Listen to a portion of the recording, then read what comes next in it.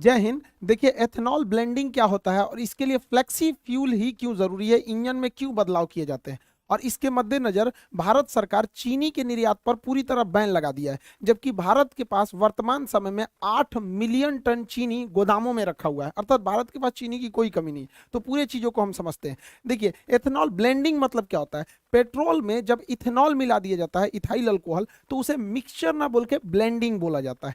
ये फायदेमंद होता है, इससे थोड़ा सा पेट्रोल का पैसे बच जाते हैं। इसमें 85% जो होता है वो पेट्रोल होता है, 15% जो होता है इसमें इथेनॉल होता है। हालांकि भारत सरकार का टारगेट है कि 2025 तक इसे 20% इसमें एथेनॉल मिला देना है, और एथेनॉल मिलाने की क्रिया को एथेनॉल ब्लेंडिंग कहते हैं। ऐसा क्यों किया जा रहा है? क्योंकि भारत के पास बहुत ज्यादा ऑटोमोबाइल इंडस्ट्रीज है। हमारे पास दुनिया में 3rd नंबर पे हम लोग आते हैं ऑटोमोबाइल सेक्टर में। हमारे तरफ भारत में कई अलग अलग टाइप की व्हीकल्स बनते हैं, जिसमें 26 million vehicles per year Bharat में बनाए जाते हैं। इस 26 मिलियन व्हीकल में से लगभग 5 मिलियन व्हीकल्स हर साल 5 मिलियन व्हीकल्स हर साल हम लोग निर्यात कर देते हैं। तो हम लोग के पास जो 26 मिलियन जो बच रहा है यहाँ पे टोटल ओवरऑल, मतलब अगर भारत में देखेंगे तो लगभग 20 मिलियन गाड़ियां हर साल बन रही हैं, और उसमें जो फ्यूल पड़ रहा है वो पेट्रोल से आ रहा है। और पेट्रोल हमारे पास तो होता नहीं, हम लोग 80% पेट्रोल जो है वो बाहर से ही मंगाते हैं। अब जो पेट्रोल बाहर से आ रहा है वो तेल के कुएं या रीक से आ रहा है, ये गल्फ कंट्री के पास है।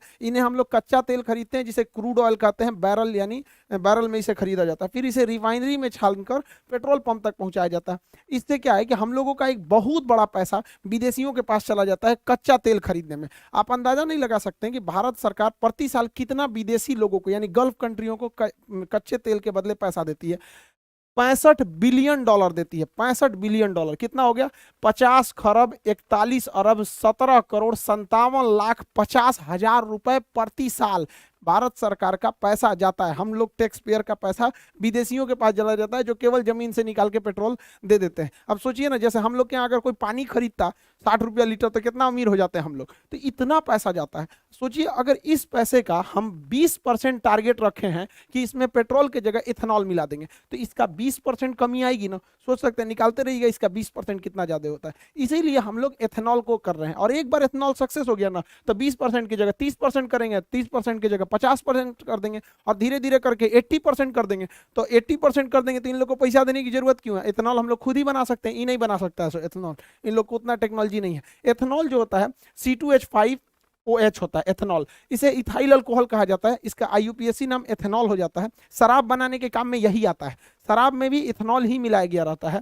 और जो हम लोग देखते होंगे सैनिटाइजर होता है, उसमें भी देखिएगा 70% इथेनॉल लिखा रहता है। सैनिटाइजर में भी इथेनॉल ही होता है। इसे फर्मेंटेशन यानी किण्वन विधि द्वारा बनाया जाता है, और इसे पेट्रोल में क्या किया जाएगा? मिक्स कर दिया जाएगा। टारगेट है 20% को मिक्स करने का। अगर ये सक्सेस हो गया तो इसे बढ़ा के हम लोग 50% भी ले जा सकते हैं। लेकिन जब बढ़ाएंगे लोग तो उसके लिए हम लोगों को अपने इंजन में बदलाव करना पड़ेगा, क्योंकि अभी जो हमारी इंजन है वो कंप्लीट डीजल और पेट्रोल पे चलने के लिए डिजाइन की गई है। लेकिन जब हम लोग उसमें एथेनॉल मिलाएंगे तो इंजन में हल्का चेंजिंग करना पड़ेगा। ऐसे इंजन के लिए हम लोग फ्लेक्सिबल इंजन बनाते हैं, और उसमें जो फ्यूल पड़ेगा फ्लेक्सी फ्यूल।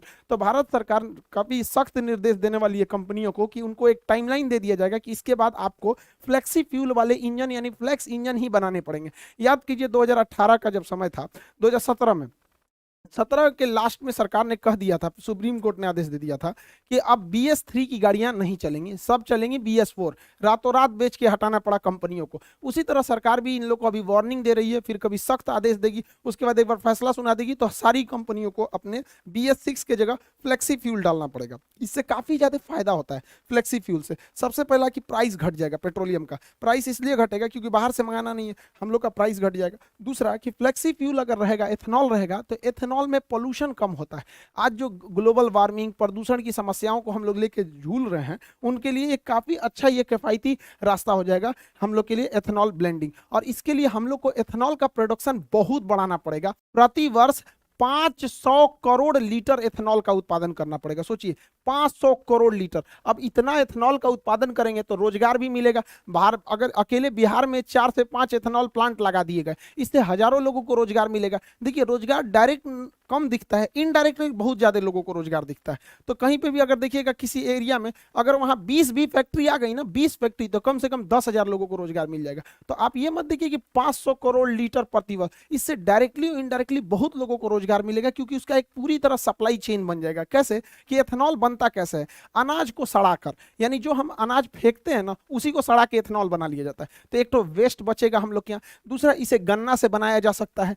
चावल जो टूट जाता है बाजार में सस्ते दाम पर बिक जाता है, किसान का चावल टूट गया तो उसको खुद ही बन जाता है, तो उसी चावल को सड़ा के ये एथेनॉल बना लेता है। मक्का, मक्का जो है इसका कोई भाव नहीं मिलता है, 6 रुपए किलो किसान का मक्का सरकार को किसान बेचने के लिए मजबूर हो जाए, 6 रुपये किलो। अब उसको ना छुपाया कैसे जाता है, किसानों को बेवकूफ कैसे बनाया जाता है, तो सरकार कहती है हम 6 रुपया नहीं ना खरीद रहे हैं, हम 600 रुपया प्रति 100 kg यानी प्रति क्विंटल खरीद रहे हैं। अजब हाल है भैया, तो 1 रुपया 6 रुपया ना किलो पड़ा, तो किसान को 100 रुपया का भाव कौन सी बताता है, 1 किलो का बताओ ना, आम आदमी को भी समझ में आता कि तब ना लोग सवाल उठाएंगे कि किसानों का इतना दुर्दशा क्यों है। आप सोचिए, आप एक ठो मक्का खरीदिएगा ना, एक ठो ठेला पे से, तो 5 रुपया 10 रुपया का मिलेगा, और किसान से 1 किलो खरीद लिया जाता है, और बेचारा उसको कितना दिया, 6 रुपया किलो, मजबूर है। लेकिन जब इस मक्के का उपयोग किया जाएगा एथेनॉल बनाने में, तो किसान भी अपना बढ़िया दाम में बेचेगा यहाँ पर, क्योंकि इसका प्रोडक्शन होने लगेगा।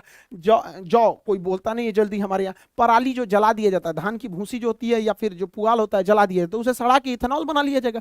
अब इतना एथेनॉल बनेगा तो रोजगार भी मिलेगा, और हम लोग जो पेट्रोल खरीदते हैं उससे अच्छा हम किसानों से खरीदेंगे। जो पैसा आज हमारा फॉरेन रिजर्व गल्फ कंट्रियों को जाता है पेट्रोलियम के भुगतान करने के लिए, वो पैसा हमारे किसानों के यहाँ जाएगा, किसान आगे बढ़ेंगे, हमारे यहाँ उनके बाल बच्चे पढ़ेंगे, वो भी आगे बढ़ेंगे यहाँ पर, तो ये देश के लिए काफ़ी अच्छा होगा।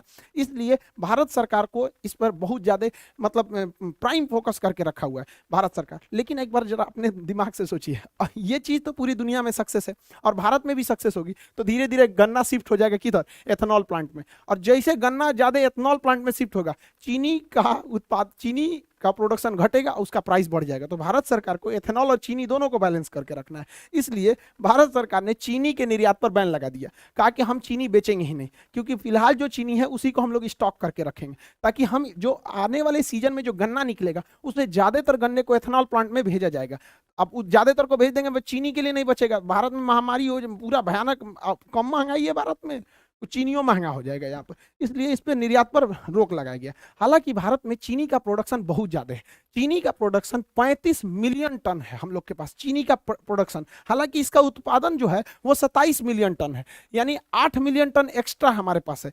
35 मिलियन टन उत्पादन है, 27 मिलियन टन चीनी का उपभोग है। चीनी का डेली रेगुलर बेसिस पे उपभोग होता है हम लोग के यहाँ, चाय में होता है, बिस्किट में होता है, तरह तरह की कैंडी मिठाइयाँ छोटे बच्चों के लिए खाने के लिए आता है, लेमचूस उमचूस, यहाँ पर मिठाई देखिएगा, जलेबी, रसगुल्ला, जितना सब चीज़ में चीनी पड़ता है हमारे यहाँ चीनी। और जो पैकेट वाली सामानें बिकते हैं, कभी मंच तुका दुकाई, कीट कैट उट कैट, ये सब छोटका लड़का ज़्यादा जानता होगा, सब हम लोग को कौन सी पता है ये सब, मतलब वो सबको। तो यहाँ पे जो है ना, ये इस सब में चीनी पड़ता है, तो चीनी का हमारे यहाँ डिमांड बहुत ज़्यादा है, 27 मिलियन टन प्रतिवर्ष डिमांड है। तो हम लोग के पास 35 मिलियन टन उत्पादन है, 27 मिलियन टन खर्च है, यानी बफर स्टॉक में हम लोग के पास अभी भी 8 मिलियन टन जमा है। बफर स्टॉक किसे कहते हैं? सरकार जो अनाज को सरप्लस उत्पादन के समय जमा कर लेती है गोदामों में, उसे बफर स्टॉक कहा जाता है। बफर स्टॉक रखने की जिम्मेदारी फूड कॉर्पोरेशन ऑफ इंडिया को है, एफसीआई को है। बड़े बड़े गोदाम होते हैं, इसी में रखा जाता है, छोटा मोटा नहीं, बड़ा सा गोदाम होता है, इसे ही कहा जाता है बफर स्टॉक। इसलिए भारत सरकार क्या की है, फ्यूचर प्लानिंग में बैलेंस न गड़बड़ाए महंगाई का और सप्लाई का, इसलिए इस पर बैन लगा दिया गया। अभी आप देखे होंगे चीनी पे बैन लगा दिया गया, गेहूं पे बैन लगा दिया गया, चावल पर बैन लगा दिया, क्योंकि टूटे हुए चावल से भी मेथनॉल बन जाता है। अभी तुर्की जो है गेहूं को वापस कर दिया, देखिए बहाना करके कि इसमें वायरस था। तो जरा अफगानिस्तान के लोगों के लिए वायरस नहीं है, आईएमएफ कह रहा है कि प्लीज गेहूं दे दीजिए, ये लोग को बहुत बड़ा दिमाग हुआ है। ये एक्चुअली देखिए क्या है कि तुर्की क्या देख रहा है कि वो रूस के करीब है। तुर्की जो है वो अमेरिका को बैलेंस करके चल रहा है यूएसए को चिढ़ाने के लिए, क्योंकि तुर्की जो है रूस से सटा हुआ है और रूस के पास गेहूं की कोई दिक्कत नहीं है, और रूस के इस एरिया में, चेचन्या वाले एरिया में आराम से ट्रक से गेहूं आ सकता है तुर्की में। तो ये देख रहा है कि इसी बहाने हम तुर्की देख रहा है रूस से व्यापार बढ़ा लेंगे और अपने आप को हीरो बनने के लिए भारत का गेहूं वापस कर दिया है। यही गलती किया था मलेशिया, यही गलती किया था इंडोनेशिया। पाम ऑयल को लेकर इनको घमंड हो गया था, पाम ऑयल को, आज इनका पाम ऑयल कोई खरीद ही नहीं रहा है यहाँ पर, तो ये लोग कह रहे हैं कि पाम ऑयल खरीद लो। देखिए इंटरनेशनल रिलेशन में ईगो नहीं दिखाना चाहिए इनको, ज्यादा ईगो इनको महंगा पड़ जाएगा वहाँ पे। मत लो गेहूं, कौन मार, हम लोग के यहाँ गोदाम का कमी है। तो आप ये समझ गए होंगे कि एथेनॉल ब्लेंडिंग क्या है, फ्लेक्सी फ्यूल क्या है और क्यों हम लोग इसको ज़्यादा प्रमोट कर रहे हैं। ये अच्छा भी है, हमारे बचे हुए खाना या जो अनाज बर्बाद हो जाते हैं, अनाज टूट फूट जाते हैं जैसे चावल वगैरह का दाना, तो उसे इजीली इसे दोबारा फर्मेंटेशन यानी किण्वन करके बनाया जा सकता है, जो काफ़ी अच्छा भी है यहाँ पर। इससे देश को भी फायदा होगा, फॉरेन रिजर्व बचेगा। और आप लोग के लिए जो इतना भी एप्लीकेशन के क्लासेज हैं वो सब इनरोल कर दिए गए, दोबारा एक्सेस दे दिया जाएगा आप लोग को। और ये अभी नए बैचेज काफ़ी ज़्यादा आ गए हैं एप्लीकेशन पर। आप लोग को जिनका भी नियर में एग्जाम है वो लोग जाके इस पर इनरोल हो जाएंगे आप लोग को खान सर ऑफिशियल एप्लीकेशन पर। और जितना जल्दी से जल्दी हो आप लोग कहीं जल्दी जल्दी सेटल होइए, नौकरी लीजिए और जल्दी से माँ बाप का सपना पूरा कीजिए। आई होप आप इस टॉपिक को समझ गए होंगे। मिलेंगे नेक्स्ट क्लास में। जय हिंद।